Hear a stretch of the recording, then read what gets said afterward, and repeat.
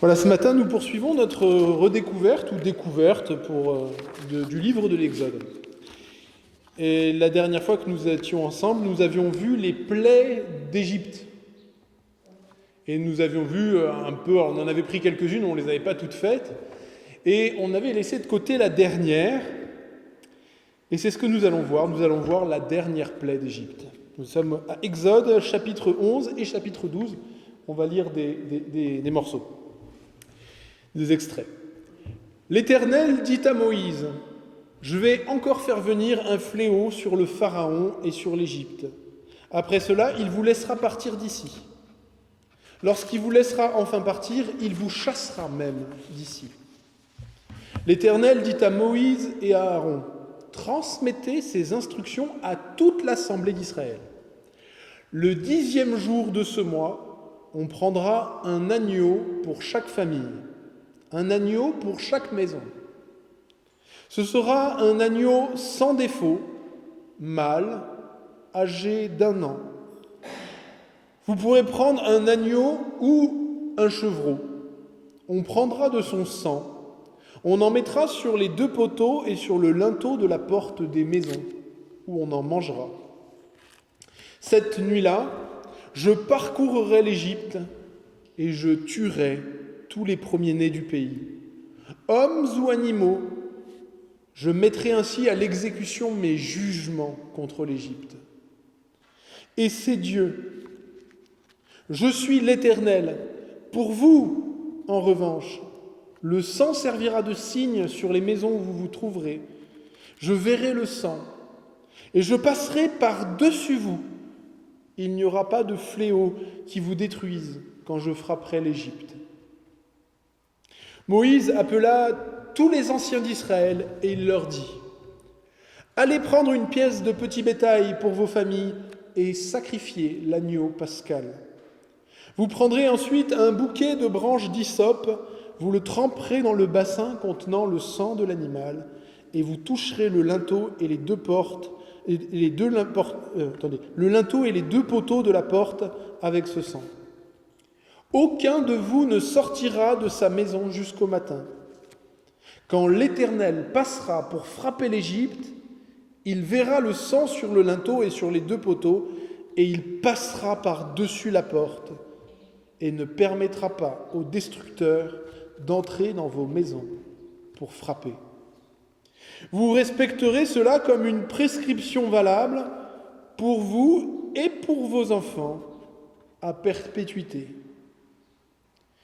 Une fois entrés dans le pays que l'Éternel vous donnera conformément à sa promesse, vous observerez ce rite.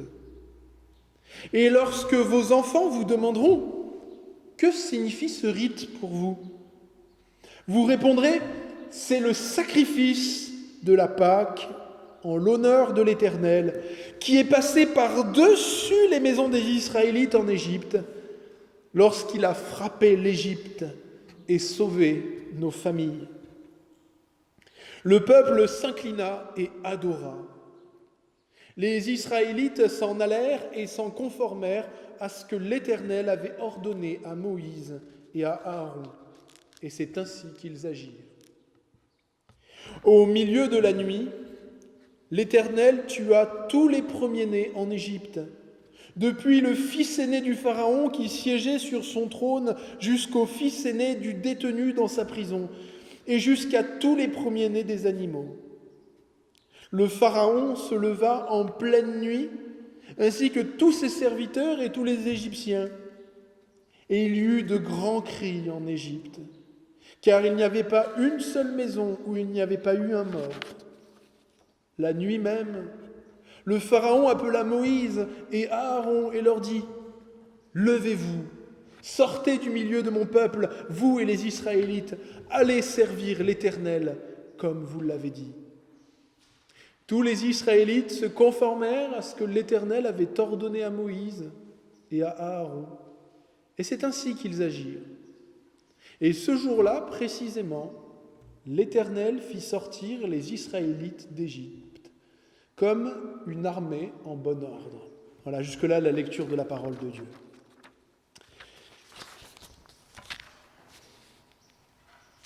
Alors vous vous souvenez, dans les chapitres précédents, le Pharaon avait refusé d'obéir à l'ordre de Dieu de libérer les Hébreux, et Dieu avait envoyé les 10 plaies. Le terme 10 plaies n'est pas un mot qu'on trouve en fait dans le livre de l'Exode. C'est pas le mot plaie qui est souvent utilisé. C'est la culture populaire qui l'utilise. En fait, le mot que Dieu utilise quand il parle, il utilise le mot jugement. Mes jugements sur l'Égypte. Et c'est un jugement qui est à la fois sur l'Égypte en tant que nation, mais aussi sur tous ses habitants, et aussi sur les idoles et les faux dieux qui sont derrière, et plus globalement sur tous les péchés qui ont été commis en Égypte. Et pour être honnête, on voit que Dieu n'est pas non plus très satisfait des Hébreux. Les Hébreux aussi, à leur manière, chacun, ont fait le mal. Ils ont manqué d'amour les uns pour les autres. Et ils ont aussi, on l'apprend par d'autres textes, adoré les idoles de l'Égypte. Et c'est pour cela que sur la plupart des plaies, sur la moitié des plaies, ils ont souffert en commun avec les Égyptiens. Ils ont souffert du Nil transformé en sang, des moustiques, des grenouilles. Ils ont souffert au même titre que les autres. Mais voici que pour la dernière et la 10e plaie, Dieu décide de faire vraiment autrement. La 10e et la dernière plaie sera l'expression ultime de la juste colère de Dieu devant tout le mal qui a été commis en Égypte dans les dernières années. Et cette fois-ci, Dieu demande à son peuple de prendre un agneau, et faute d'agneau, un chevreau, un mâle âgé d'1 an. Alors j'ai été étonné en fait par l'expression agneau âgé d'1 an, parce que à 1 an, déjà, c'est plus un petit agneau, c'est un agneau qui est vraiment devenu un mâle. Il est en âge, il arrive vraiment pleinement à l'âge adulte. Mais ce qui est important, c'est qu'il soit parfait, sans défaut et sans tache. Et il faudra l'offrir à Dieu en sacrifice. Et son sang devra impérativement être étalé sur le contour des portes de chaque maison. Et ceux qui n'auront pas d'agneau iront se réfugier dans la maison de ceux qui en ont. Il faudra faire cela par confiance, par obéissance, mais tout le peuple est invité à se réfugier dans une maison couverte par le sang d'un agneau. Et c'est ce que firent les Hébreux, et même, on le verra, c'est ce que firent aussi certains Égyptiens, car des Égyptiens aussi, on l'apprend par la suite de l'Exode, ont été sauvés, et un grand nombre même d'Égyptiens et d'autres étrangers vont se joindre en fait aux Hébreux à partir de ce moment-là. Par exemple, on l'apprendra lorsque Moïse va perdre sa première épouse, Séphora, il va épouser en 2e noces une croyante qui aime Dieu et qui sert Dieu, mais qui est égyptienne d'origine nubienne. Et d'ailleurs, il y a des Hébreux qui vont lui reprocher en disant « Quand même, tu aurais pu épouser quelqu'un qui fait partie de nos familles. » Et Moïse dira « Eh bien non. » Et on découvre comme ça, tout au long, on voit qu'en fait, il y a eu plusieurs Égyptiens, des gens étrangers qui se sont liés au peuple de Dieu et qui certainement ont fait la même chose et se sont réfugiés dans les maisons des uns et des autres ou qui ont suivi le même rituel. On verra aussi des Égyptiens qui vont offrir aussi de l'or, de l'argent, des provisions en échange du travail non payé que les Hébreux ont effectué et aussi des biens qu'ils vont laisser en Égypte derrière eux. Mais l'aspect le plus important, c'est ce commandement que Dieu donne aux Hébreux de se souvenir à perpétuité de ce qui s'est passé. Il va leur dire, souvenez-vous impérativement de ce soir-là, et de ce qui s'est passé, et de la façon dont je vous ai sauvés. C'est un grand moment fondateur pour le peuple hébreu. Les Hébreux étaient entrés en quelques familles en Égypte, et voilà que cette nuit-là, Dieu va les faire sortir, et ils deviennent un peuple nombreux. La fête, c'est même Dieu qui donne le titre de la fête. Ça sera la fête de Pessah. En français, on dit la Pâque. Pessah, la fête la plus importante de tout le calendrier hébreu, ça devient l'élément central dans la foi hébraïque. C'est ce souvenir qui est chanté, remémoré, célébré dans les psaumes et dans les prophéties. Les bons rois hébreux seront ceux qui, on le verra, parce qu'ils pratiqueront cette fête comme les autres mauvais rois ne le faisaient pas. Et le sens de Pessah que Dieu donne, ça veut dire passer au-dessus. C'est la signification du mot. Et le message que ça transporte, c'est nous aurions dû mourir, mais Dieu a vu le sang de l'agneau sur les portes et son jugement est passé par-dessus nous.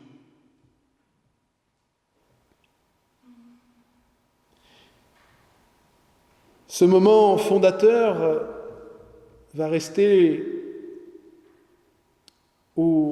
l'élément central de la foi, mais à partir de Moïse, mais avant Moïse, les Hébreux, quand ils étaient un petit nombre, avaient eu un autre moment fondateur par le passé.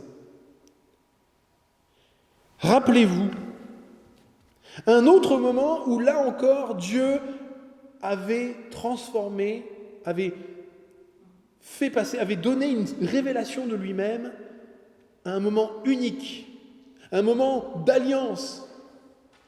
Quand est-ce que c'était ? C'était plusieurs siècles avant, à l'époque d'Abraham. À cette époque, Dieu avait demandé à Abraham d'amener son fils unique, Isaac, et de l'amener sur la colline. Et là, sur la colline, de le mettre à mort. Ordre totalement fou, commandement incompréhensible, sans doute pour Abraham. Abraham avait emmené son fils et Isaac s'était étonné. Il avait dit, il y a bien le bois, il y a tout, il y a le feu, mais où est l'agneau pour le sacrifice ? Abraham avait répondu cette phrase, c'est Dieu qui pourvoira à l'agneau pour le sacrifice. Isaac avait été attaché, il était presque, semble-t-il, prêt à mourir, mais heureusement cela n'arriva pas, là non plus. Dans ce moment fondateur de l'identité du peuple hébreu, de la famille d'Abraham, là aussi, plusieurs siècles avant la Pâque, il y eut un échange. Au lieu que Isaac, le fils de la promesse, celui qui symbolisait l'avenir pour Abraham, au lieu que ce soit lui qui meure, là encore, c'est un mouton mâle, un bélier pris dans un buisson d'épines, qui fut offert en lieu et place du Fils.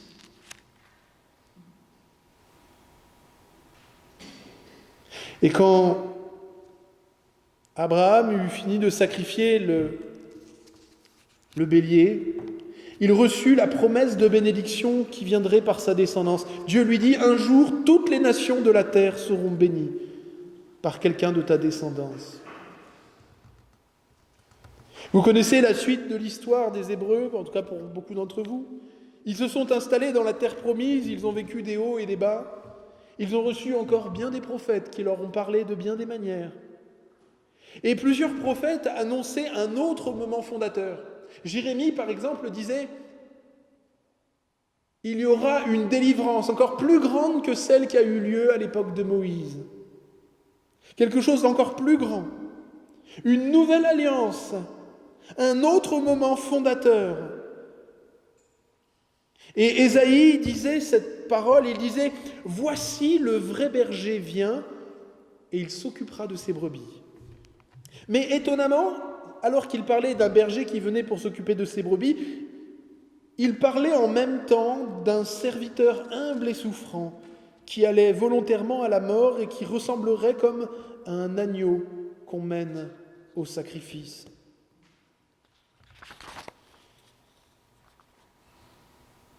Ainsi, au chapitre 53, il dit « Maltraité et humilié, il n'ouvre pas la bouche, comme un agneau conduit à la tuerie, comme une brebis qui reste muette devant les tondeurs. Il n'a pas ouvert la bouche. Mais il était blessé pour nos péchés, brisé pour nos iniquités. Le châtiment qui nous donne la paix est tombé sur lui, et c'est par ses meurtrissures que nous sommes guéris. Nous étions tous errants comme des brebis, chacun suivait sa propre voie, mais l'Éternel a fait retomber sur lui les conséquences du péché de nous tous. » L'idée qui se dégage de tout cet Ancien Testament, c'est une ligne rouge, un fil conducteur qui nous amène de la première page et qui traverse aussi dans le Nouveau Testament jusqu'à la dernière page de la Bible. Et c'est la même idée, le même message. L'être humain, par son désir de devenir son propre Dieu, s'est coupé de son Créateur, la source de la vie. En se révoltant, il s'est à la fois condamné à mort de la même manière qu'il s'est infecté à mort. Il est à la fois coupable et malade. Et un fossé s'est creusé entre lui et la sainteté de Dieu. Un fossé tellement grand le sépare de son Créateur que rien de ce que l'être humain, humainement, ne peut faire ne pourrait suffire à combler ce fossé. Mais depuis le début, Dieu avait un plan pour combler ce fossé, pour réconcilier l'homme et lui, pour sauver, pour nous pardonner et pour nous ramener à lui. Et 1000 ans après la Pâque, c'est ce qui s'est produit. Jésus est venu dans ce monde et immédiatement, lorsqu'il eut l'âge adulte plein, 30 ans pour les Hébreux, eh bien, il a commencé à accomplir sa mission et sa vocation. Et le premier geste important, c'est qu'il est allé trouver Jean le Baptiste. Et qu'est-ce qu'a dit Jean le Baptiste? Quelle phrase a-t-il prononcée? Phrase prophétique.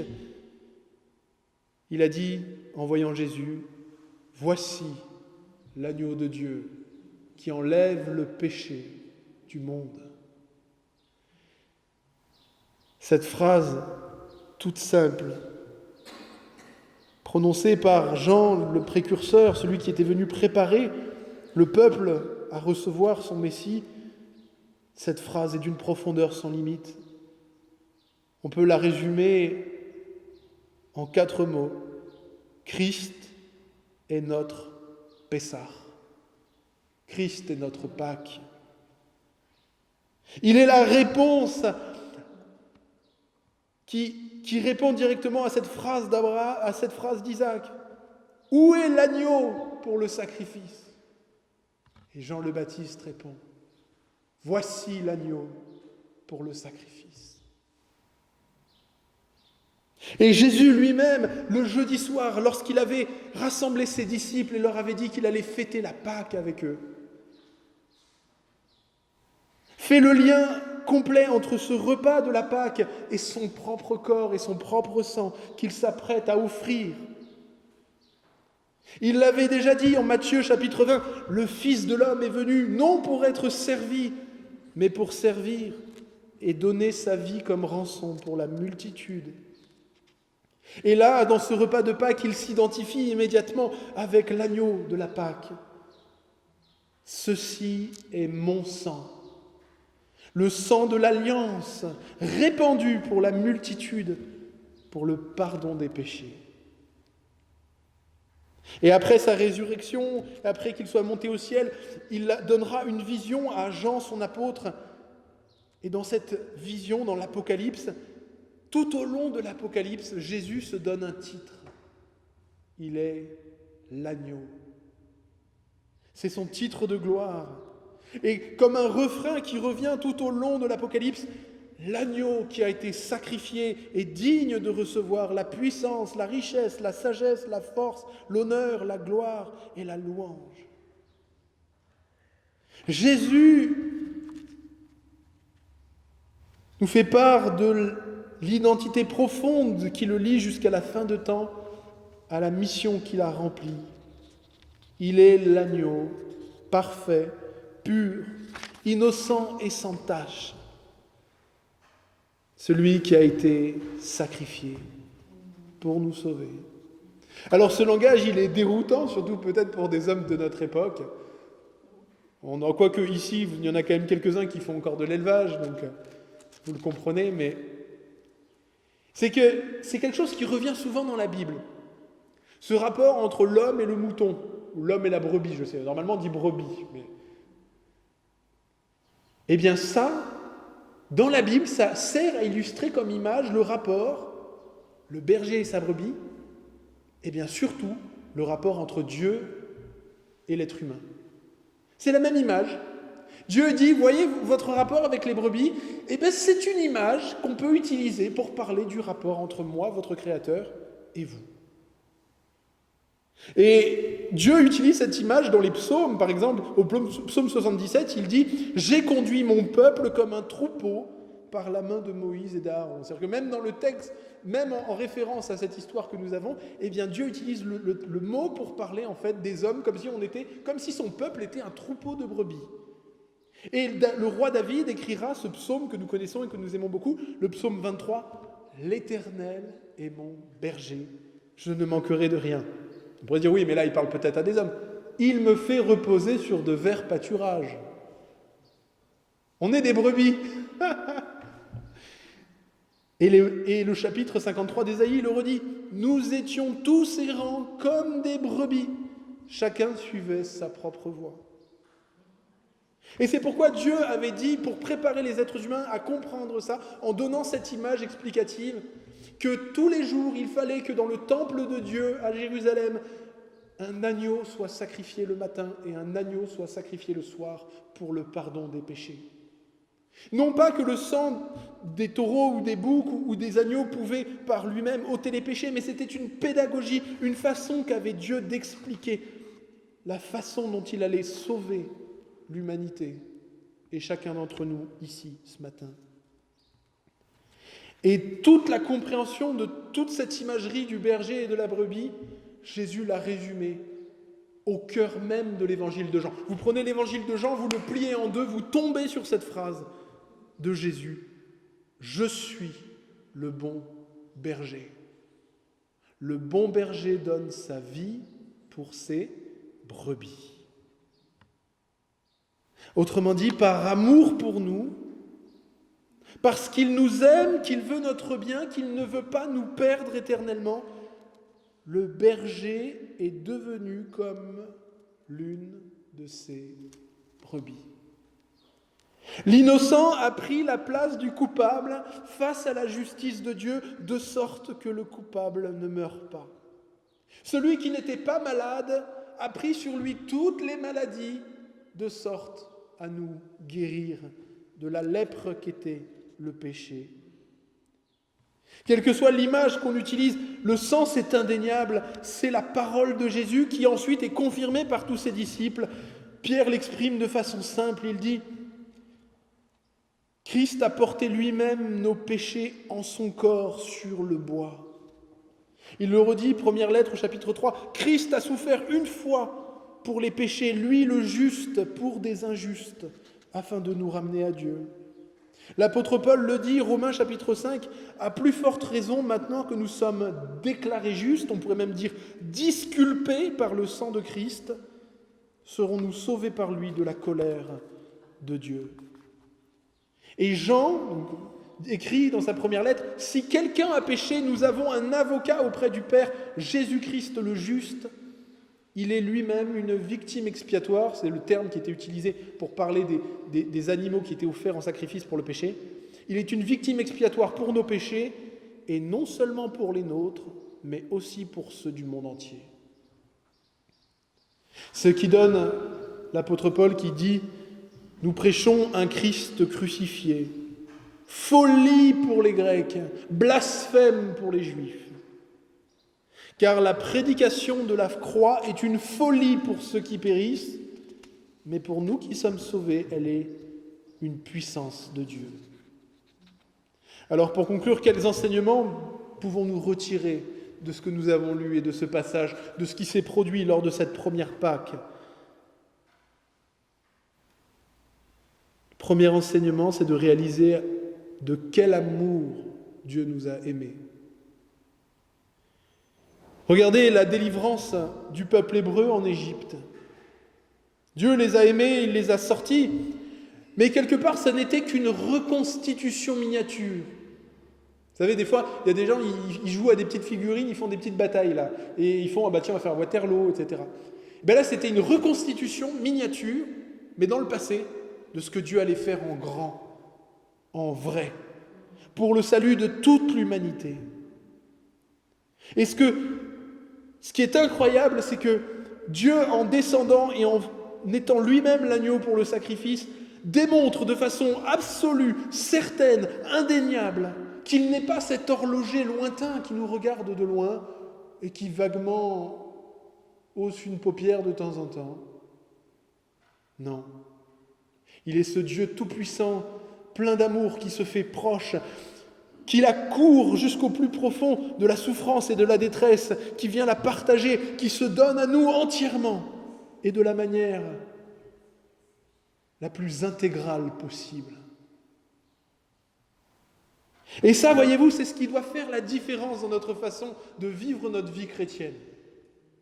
Il y a beaucoup de chrétiens, et je crois que ça nous touche tous parfois, où des fois on a l'impression de ne pas en faire assez. Et on est dans la crainte. Est-ce que je t'appartiens ? Est-ce que j'y arrive pas ? Mais le chrétien est appelé à marcher spirituellement par la joie en étant libéré de la crainte de ne pas en faire assez. Remarquez combien même déjà en Égypte, lors de la première Pâque, le salut était gratuit, offert simplement par la confiance en Dieu. Et pendant la Pâque, Dieu a regardé non pas à la dignité, ni au passé, ni aux erreurs de ceux qui étaient dans la maison, pour juger si chacun en était digne. Non. Il a regardé au sang qui était sur le bois des linteaux de la porte. Et tous ceux qui étaient réfugiés à l'intérieur d'une telle maison étaient sauvés, étaient épargnés. Et Dieu, de la même manière, agit avec nous 1000 ans plus tard lors de la Pâque, avec cette fois-ci le sang de Christ sur le bois de la croix. Et si c'est en lui, de la même manière que par la foi, nous nous sommes réfugiés, s'il est devenu notre refuge, alors il n'y a plus rien à craindre. Et qu'importe nos erreurs du passé, qu'importe nos indignités encore du présent, oui, hors de lui, hors de son sacrifice, il n'y a ni paix de l'âme, ni paix avec Dieu, mais en lui, combien cette paix est profonde, et Jésus nous l'avait affirmé, il nous l'avait dit, « Je vous donne ma paix ». Mais ce n'est pas de la même façon que le monde la donne. Oui, Dieu nous a aimés, il nous a rachetés à un grand prix. L'apôtre Pierre dit, « Ce n'est pas avec de l'or ou de l'argent périssable que vous avez été rachetés de l'ancienne manière de vivre de vos ancêtres, mais par le sang de Christ, comme d'un agneau pur, sans défaut et sans tache. » Et l'apôtre Jean écrit à la fin de sa dernière lettre, « Je vous ai écrit ces choses afin que vous sachiez que vous avez la vie éternelle, vous qui croyez au nom du Fils de Dieu. » Il n'a pas écrit « afin que vous sachiez que vous pouvez avoir la vie éternelle », mais il a écrit « afin que vous sachiez que vous avez la vie éternelle, vous qui croyez au nom du Fils de Dieu. » Mais pour autant, et on le voit avec les Hébreux, on aura l'occasion de le voir, le soir de la Pâque, c'est à ce moment-là que Dieu les a délivrés définitivement de la main de l'Égypte, de ses idoles, de la salissure et des ténèbres. Oui, les Hébreux, le soir de la Pâque, ont été délivrés de l'esclavage. Ils ont été arrachés de l'Égypte pour être transplantés dans le royaume, dans la terre promise que Dieu leur avait prévue. Mais la suite le montre. Et bien que libérés, bien que délivrés, bien que sortis d'Égypte, il va falloir toute la durée d'une vie, 40 ans. Non plus pour sortir de l'Égypte, mais pour que l'Égypte sorte d'eux. Et c'est la même chose. Oui, les Hébreux vont de nombreuses fois avoir comme une seule sorte de syndrome de Stockholm. Ils vont rêver de revenir en Égypte, de redevenir des esclaves. C'est une image aussi pour nous. Par le sang de Jésus, le Christ, nous avons été arrachés du royaume des ténèbres, arrachés des griffes du péché et de la puissance et du pouvoir de la mort qui régnait sur nous et qui nous détruisait. Nous avons, nous dit l'Écriture, déjà changé de royaume. Nous sommes déjà comme assis dans les lieux célestes avec le Christ. Nous avons changé de camp. Nous n'appartenons plus au péché, mais nous avons devant nous toute une vie où nous avons impérativement besoin d'apprendre à être désintoxiqués, à être guéris, à réapprendre à ce qu'être libre du péché. La route est encore longue, mais la bonne nouvelle, c'est que nous ne faisons plus la route tout seuls. Dieu nous a placés ensemble et surtout aussi, il nous conduit, il est à la tête. Et c'est Jésus, à la fois, notre agneau et notre berger. Je conclus juste avec 2 versets de l'Écriture. Colossiens au chapitre 1, l'apôtre Paul écrit « Soyez reconnaissants au Père qui nous a rendus capables d'avoir part à l'héritage des saints dans la lumière. Il nous a délivrés de la puissance des ténèbres, nous a transportés dans le royaume du Fils de son amour, en qui nous avons la rédemption, ça veut dire le rachat, ou une nouvelle chance, et le pardon des péchés. » Et il écrit en 1 Corinthiens « Faites disparaître le vieux levain, afin que vous soyez une pâte nouvelle, puisque vous êtes sans levain. Christ, notre Pâque, a été immolé. » Amen.